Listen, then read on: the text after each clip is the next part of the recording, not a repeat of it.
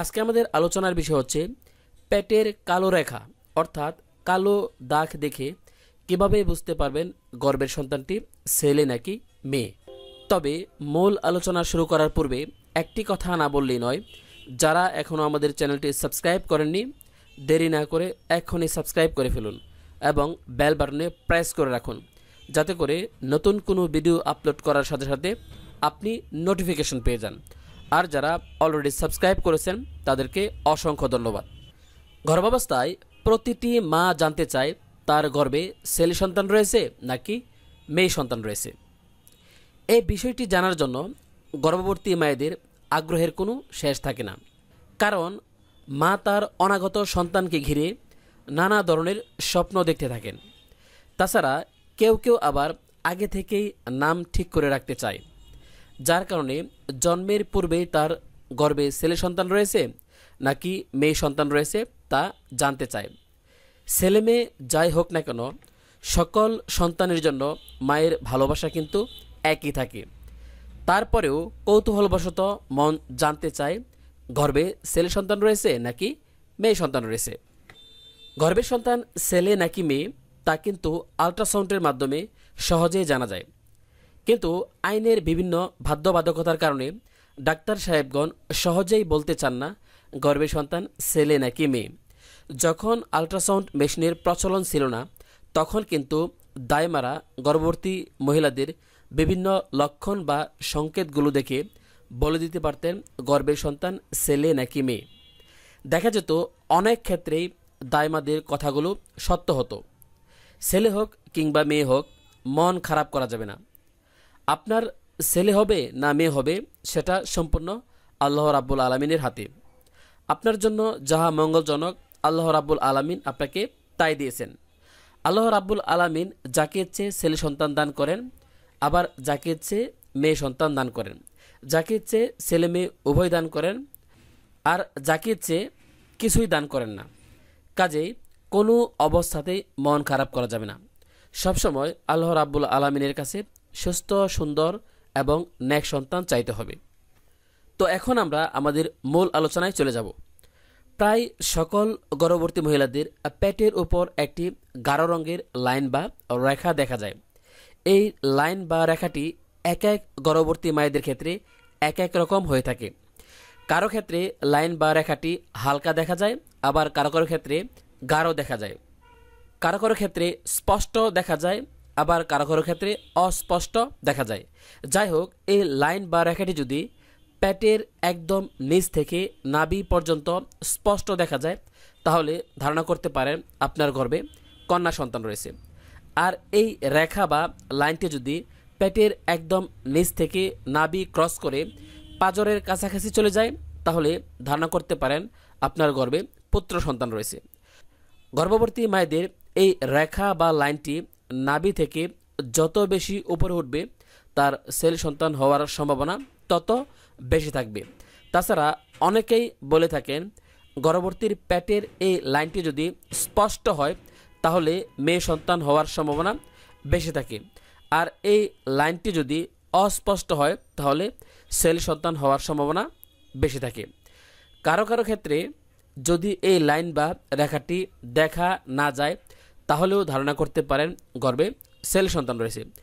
সাধারণত 7 মাস পর থেকে নাভি পরিবর্তন হওয়া শুরু করে।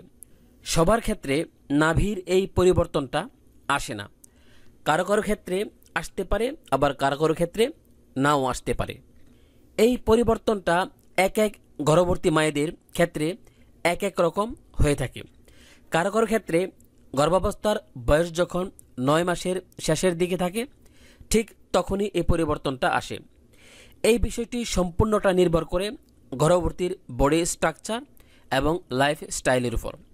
এখন আমরা জানব নাভির শেপ কী রকম পরিবর্তন হয়। কখনো কখনো দেখা যায় যে গর্ভবতীর নাভি ফুলের মতো বাহিরে বেরিয়ে আসে, আবার কখনো কখনো দেখা যায় যে গর্ভবতীর নাভির কোনো পরিবর্তন হয় না, আবার কখনো কখনো দেখা যায় যে একদম ভেতরে ঢুকে যায়। এখন প্রশ্ন হচ্ছে, নাভির এই শেপগুলো দেখে কি করে বুঝতে পারবেন আপনার গর্ভের বাচ্চাটি ছেলে হতে চলেছে নাকি মেয়ে হতে চলেছে। অনেকেই বলে থাকেন আপনার গর্ভের বাচ্চাটি যদি ছেলে হয় তাহলে আপনার নাভি একদম বাহিরে বেরিয়ে আসবে। তাছাড়া অনেকেই বলে থাকেন আপনার গর্ভে যদি মেয়ে সন্তান থাকে তাহলে আপনার নাভির কোনো পরিবর্তন হবে না। আপনার নাভি গর্ভাবস্থার পূর্বে যেরকম ছিল ঠিক তেমনি থাকবে। কারোর ক্ষেত্রে নাভি একটু ভিতরে ঢুকে যেতে পারে। তো এখন আমরা জানলাম গর্ভবতী মায়ের নাভি বাহিরের দিকে বেরিয়ে আসলে ছেলে সন্তান হওয়ার সম্ভাবনা বেশি থাকে। আর গর্ভবতী মায়ের নাভি স্বাভাবিক অবস্থায় থাকলে অর্থাৎ গর্ভাবস্থার পূর্বে যেমনটি ছিল ঠিক তেমন থাকলে মেয়ে সন্তান হওয়ার সম্ভাবনা বেশি থাকে। উল্লেখিত প্রচলিত ধারণা দুটির উপর ভিত্তি করে 10 জন গর্ভবতী মহিলার উপর একটি সমীক্ষা চালানো হয়।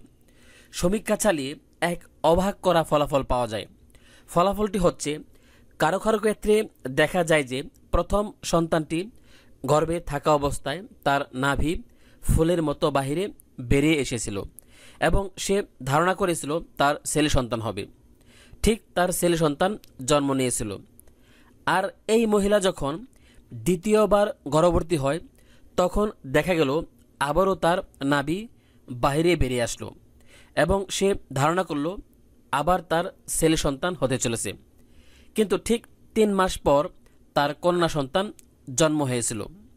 তাছাড়া কারো কারো ক্ষেত্রে দেখা যায় যে গর্ভাবস্থায় নাভি ভেতরের দিকে ঢুকে গেছে কিন্তু জন্ম নিয়েছে ছেলে সন্তান।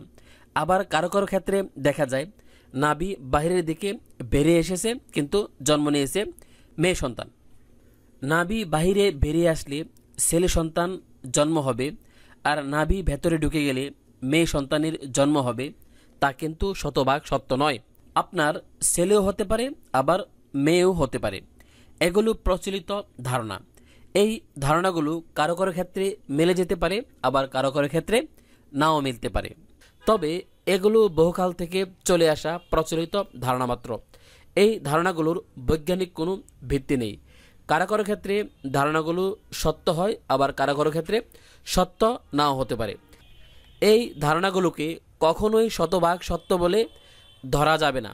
এগুলো আল্ট্রাসাউন্ড করার পূর্বে জাস্ট ধারণা করতে পারেন এবং আল্ট্রাসাউন্ড করার পর আপনি আপনার লক্ষণগুলোর সাথে মিলিয়ে দেখতে পারেন আপনার ক্ষেত্রে ধারণাগুলো কতটুকু সত্য হয়েছে। আপনার ক্ষেত্রে সত্যও হতে পারে আবার সত্য নাও হতে পারে, কারণ এগুলোর কোনো বৈজ্ঞানিক ভিত্তি নেই। সবশেষে একটি কথাই বলবো, ছেলে এবং মেয়েদের মধ্যে কখনো পার্থক্য করবেন না। তাছাড়া আমি বিশ্বাস করি আধুনিক যুগের মা বাবারা ছেলে এবং মেয়েদের মধ্যে পার্থক্য করে না, কারণ ছেলে বা মেয়ে উভয় আল্লাহ রাব্বুল আলামিনের কাছ থেকে পাওয়া এক মহামূল্যবান উপহার। ছেলে ও মেয়েদের লালন পালনের ক্ষেত্রে কোনো রকম ভেদাভেদ করা যাবে না। তবে সব কিছু জানার পরেও আমরা মনের অজান্তেই ছেলে এবং মেয়েদের মধ্যে পার্থক্য করে ফেলি। ছেলে এবং মেয়েদের মধ্যে পার্থক্য না করে তাদেরকে মানুষের মতো মানুষ করে গড়ে তুলতে পারলেই আপনার ইহকাল এবং পরকাল সার্থক হবে। সকলকে ধন্যবাদ। আসসালামু আলাইকুম।